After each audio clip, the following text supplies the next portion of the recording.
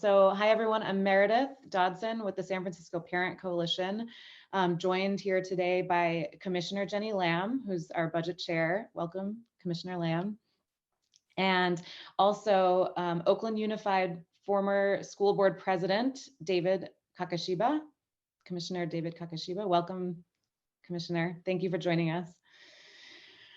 So we are here to get right into this conversation around the budget situation this week. We are under the impression that this is a very big week ahead of us. We've got a really critical day tomorrow. From my understanding, we need to pass a budget balancing plan that demonstrates to the state of California that we as a district can sufficiently address a $125 million and growing structural deficit.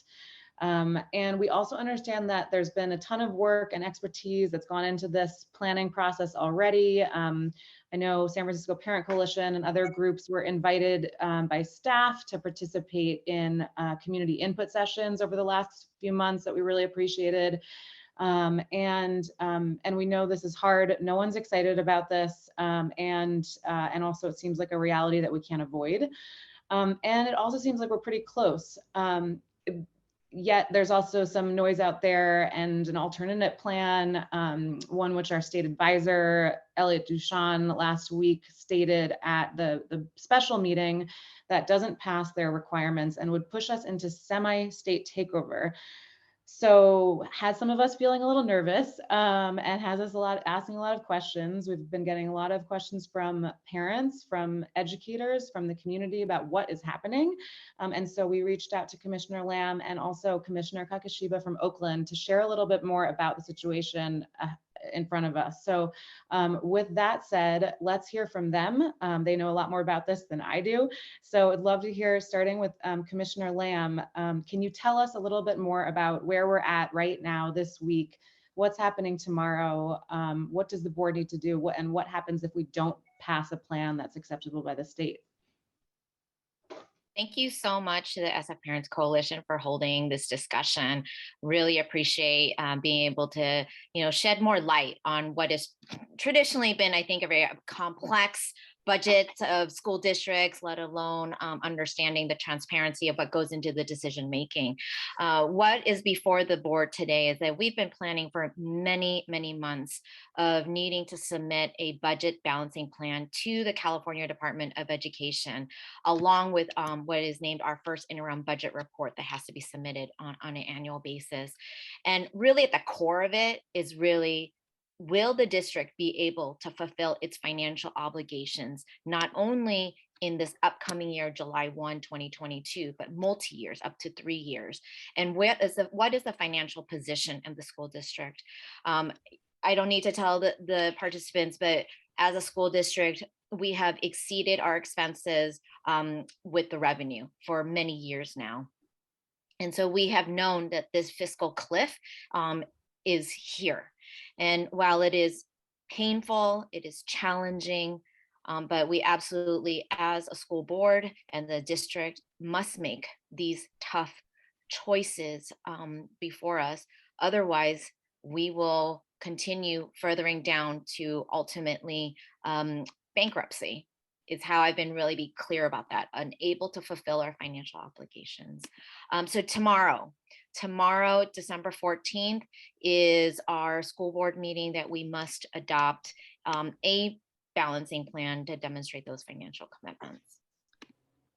And if we don't, then explicitly our fiscal expert who was brought in, we have 2 fiscal experts now, a team that has been diving deep into our financial systems, our reports, working with our staff, talking with school board members, our superintendent, of course. And if we are not able to fulfill that, then Mr. Duchan will recommend that we escalate into the next phase, which is to a state advisor. And what that means, and certainly Commissioner Kakashiba got to talk a little bit more about what that actually means and looks like on the ground from Oakland Unified in the past, is that essentially the state has rescinding power over decisions that the board or the superintendent puts forward. And that ultimately, as we know, everything is fiscally budget related when we're talking about operations of a school district, and for ultimately the education of our students. Thank you, Commissioner Lamb. And yeah, we're looking forward to hearing from Commissioner Kakashiba in a couple of minutes about that, more about that. And before that, so, you know, this alternate proposal that's out there, no cuts to sites, we hear that over and over. And yeah, I mean, as a parent with a child in kindergarten, I don't want his classroom services, you know, instruction, his school funding to his school cut. And, you know, and so that resonates, of course, but we also, you know, and we want to keep cuts as far away from the classroom as possible. But we're also hearing that there's something about that alternate plan that is deemed unacceptable by the state, like you just mentioned. So why does the state agent and Dr. Matthews suggest that that plan doesn't work? Ultimately, that the alternate plan that's been put forward by Commissioner Alexander is a framework. And according to our state fiscal expert, it's not operational at its current form.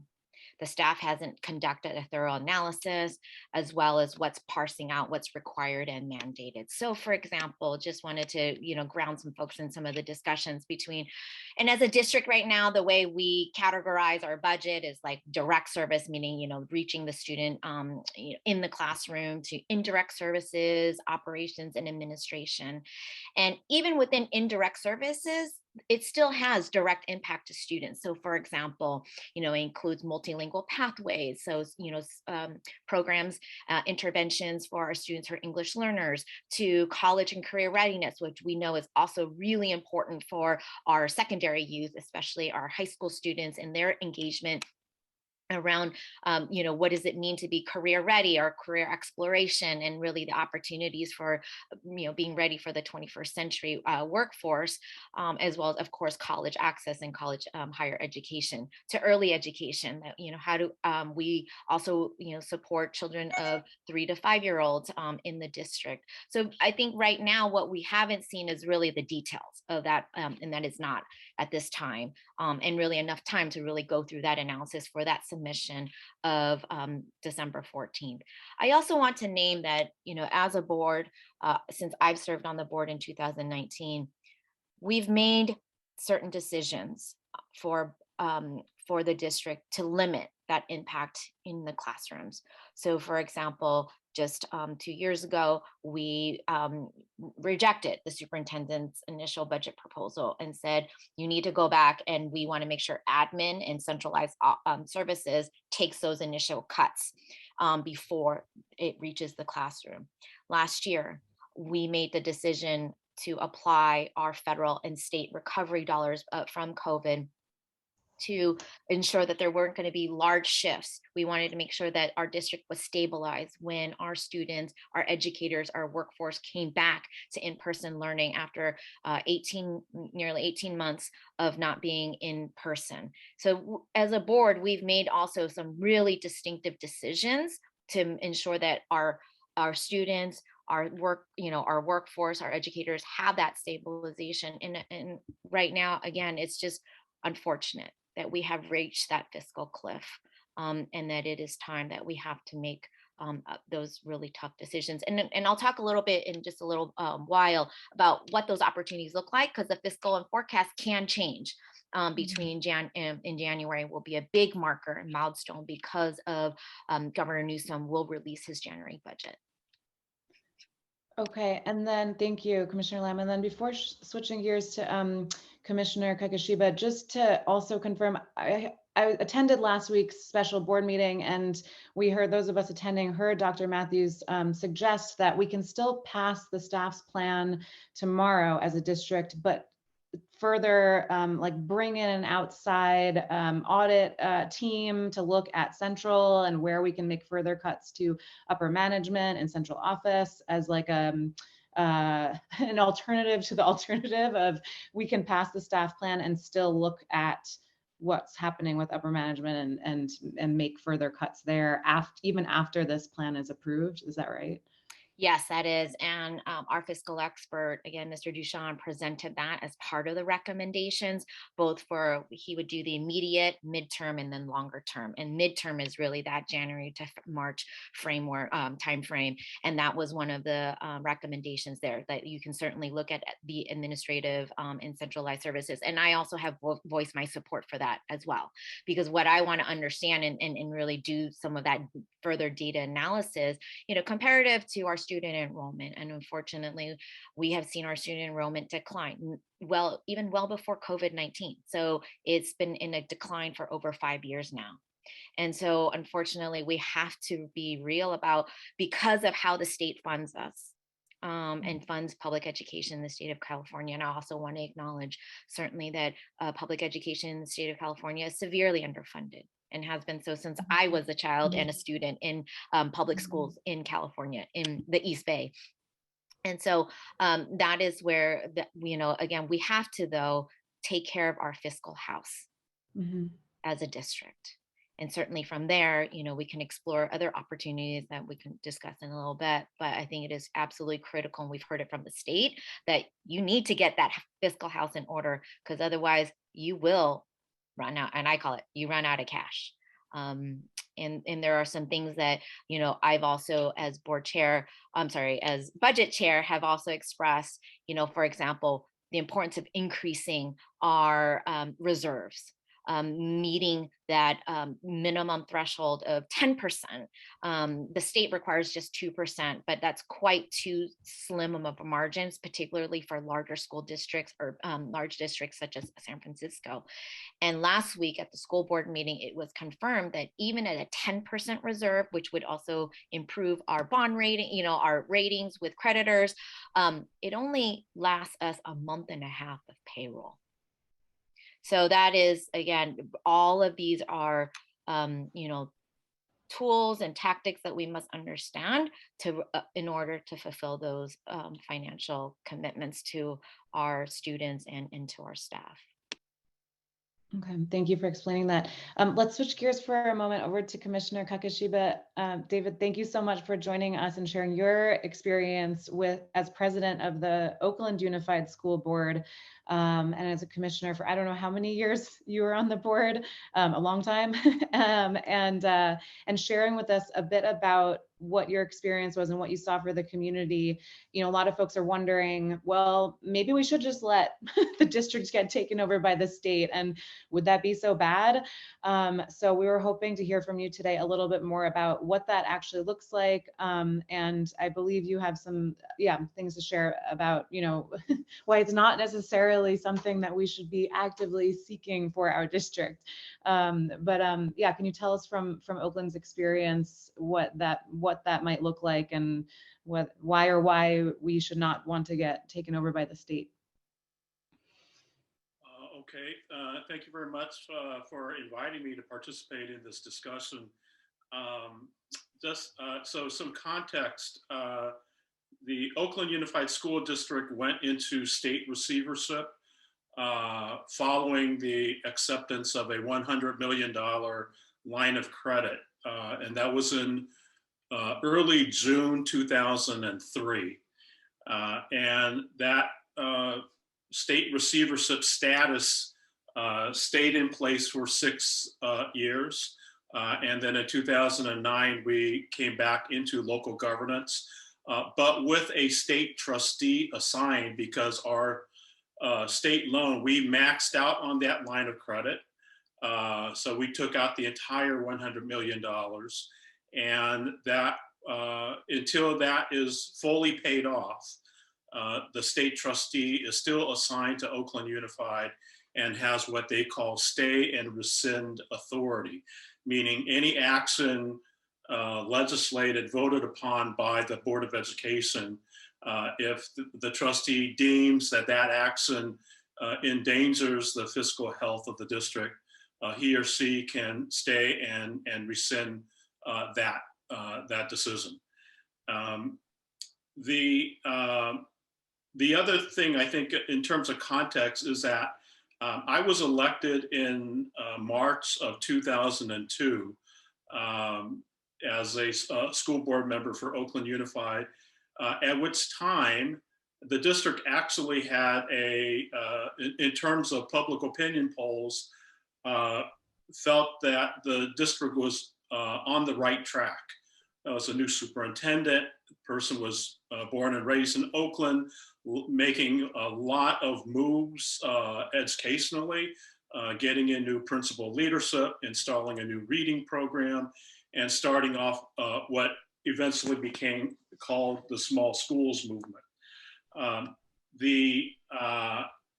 And at that time, when I was elected, the school district was, for all intents and purposes, okay fiscally.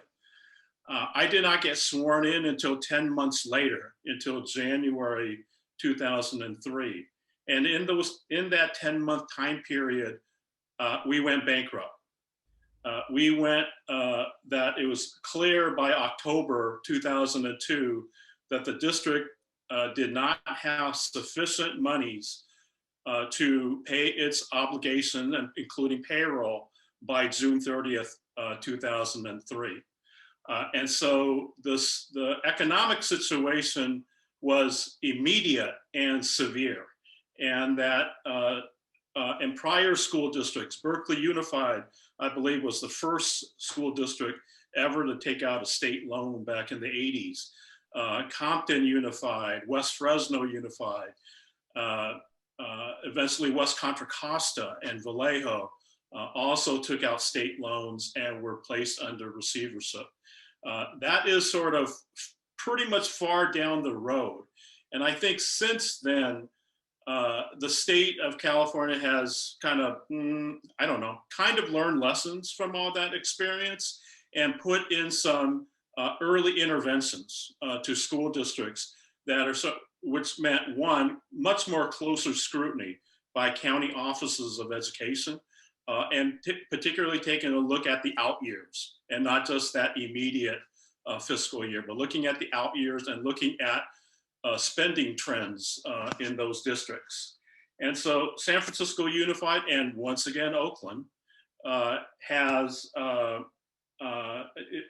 been, lack of a better term, has been warned about its fiscal position and strongly recommended to make some, not a framework set of cuts, but concrete line item, FTE, position by position, kinds of very hard budget spending reductions, and to add those up and put that in the 3-year budget plan and see how things work out from a financial bottom line standpoint. And so these are kind of intermediate steps that it sounds like what San Francisco Unified is going through. I will say, to the original question, there are people, at least in the East Bay in Oakland, have over the years have said, from an ideological perspective, that because California has chronically underfunded public education or K-12 education, that these kinds of austerity measures that local school districts are forced to grapple with versus the state, even though the state, we are all arms of state government. We are not a complete local form of government like the city or the county. There are many people in the East Bay have argued, let it go bankrupt, let the state take over. They're the ones who created the situation. They should be responsible for it. It's more of an ideological outlook. There are others that feel that let's let the state take over because we really can't, we hate our local school board. We think they're stupid, we don't trust them, and we would be better off with better expertise coming from the state. So my point of view is simply this. A local community should never give up on its school district, should always maintain the power, the authority, and the legal responsibility to manage our public schools in the best interest of all the young people for now and for future generations. The state, in my experience, in watching them now for 20 years, in their very hands-on involvement in Oakland to more of a remote involvement, but they have still been active in Oakland Unified, is that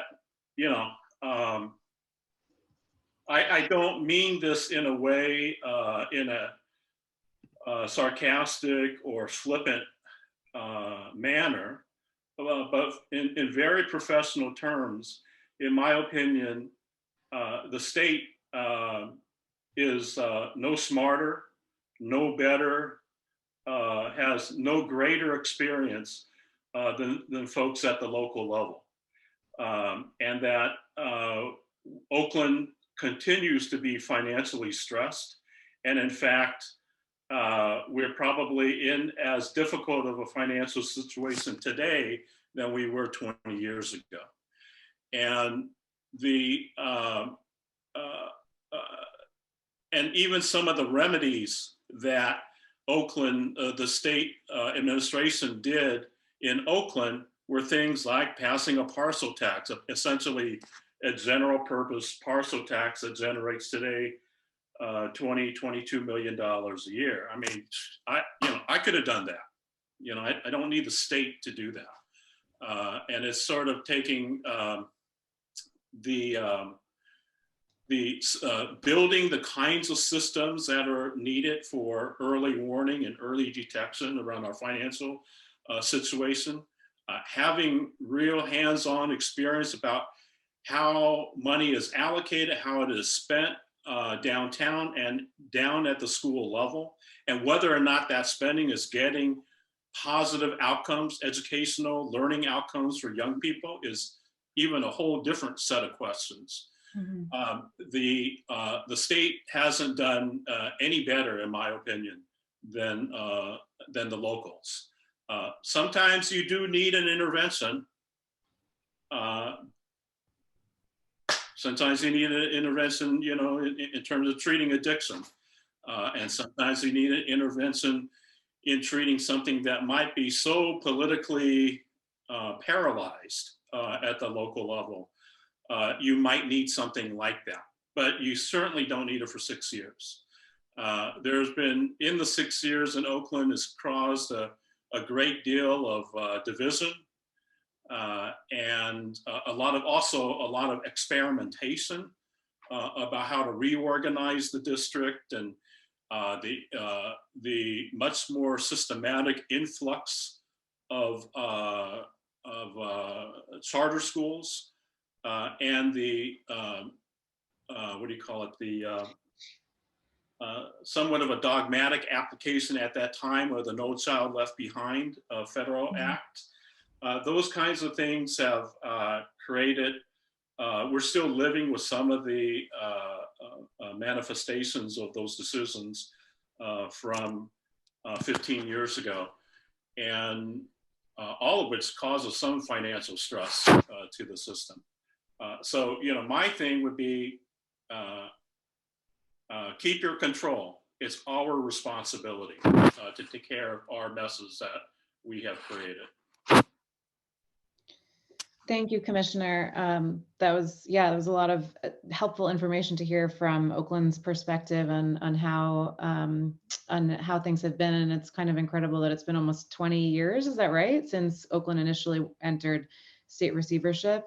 So it doesn't sound like something that we can just get in and out of, and then we'll be back and on our feet and in control again, taking parent input, educator input. Like, this is a thing that would be a long haul, hard to get out of sort of situation. It sounds like, and I guess maybe we go back over to Commissioner Lamb, unless Commissioner Lamb, do you have any follow-up questions for Commissioner Kakashiba before we go back over to you? No, but just to note that I was with Oakland Unified as a community provider of youth services, as David and I worked really closely together, our organizations, and just saw firsthand how it impacted our students, our families, and as they were navigating, and certainly for community-based organizations who also provided, they were pillars to also providing direct services, and just seeing I would call it the whiplash, right? One day we would have a plan or of the approach that the district was deploying, and then next thing you know, it changes up again. It's a whole new wave of people that come in and out, and so it just creates more instability. And to me, it just created more mistrust and just lots of concerns and questions from students, from staff, and from their families. So with just a couple of minutes left, Commissioner Lamb, what do you think we need to do this week? What does the state advisor recommend we need to do this week? What's going to be best for our students, for our educators, and for our schools? What does the district need to do? Well, it's absolutely critical to me, first and foremost, that we adhere to submitting a budget balancing plan that is what we know is, I would call it worst case scenario, right? But at the same time, that we are committed and will take action should our financial positioning not improve. And so absolutely supporting the staff recommendation, knowing that we will have more adjustments possible. So like I mentioned, January will be a big milestone when the governor releases his budget, and that will go through its legislative process. But we know the state of California right now has better financial positioning than it had anticipated. But I do want to note, though, even with positive, financial positions at the state, it's because as a district, we've relied for several years now on large sums of one-time dollars. And that has also created financial instability and risk. So I just want to be mindful of that too, that while certainly I saw, I've mentioned in the past, between Oakland Unified as well as City College of San Francisco, just losing student enrollment over time, and that we would call the student enrollment spiral, also ends up having a structural impact to the district, as David mentioned, not only in the upcoming year, but years to come, and that planning that's required. But so ultimately it is, once we land on what I urge my colleagues and to support the superintendent and the staff's plan, but also knowing that this work is nonstop. Like as soon as we pass it, as our CFO, Megan Wallace, has named, like we have to go right into planning for second interim that we have to submit by March. So there's no rest. and of course, we also want to create more transparency, dialogue with our stakeholders. And that, for me, it's also been really important hearing from, for example, our LCAP task force, right? Our Public Education Enrichment Fund, CAC, around that. And also from our fiscal expert, the recommendation of a midterm goal is that alignment between our local control accountability plan, lining up our other education, recovery stabilization funds that we've secured from the state, and then overall our own district budget. So there's lots of work to, I think it's spelled out really clear, how do we fulfill our longer term commitments that we've made to our workforce, and we will, deliver on those longer term OPEB obligations. How do we strengthen our budget monitoring systems, as well as what David had mentioned, I think for me, it's absolutely critical too, about understanding how those programs and initiatives at the school site, how are those helping along with our educational outcomes and social emotional outcomes for our students long term. Thank you, Commissioner, and thanks for everyone for joining us. I think we're going to wrap up. It's time. So yeah, I mean, I know we have a hard decision ahead of our district this week, and also it sounds like the alternative would be much harder. for our district, for our children, for our schools. And so, yeah, thank you for taking the time to share with us today. Thanks everyone for being here, and parents and community for taking action. I know a lot of you sent in letters to the board last week, and if there's anything else, Commissioner Kakashiba or Lamb, that you suggest that parents and families can do to be helpful as we go through this process, you know, we offer that up. So thank you, Commissioner Lamb. Thank you, Commissioner Kakashiba. Thanks, everyone. Thank you.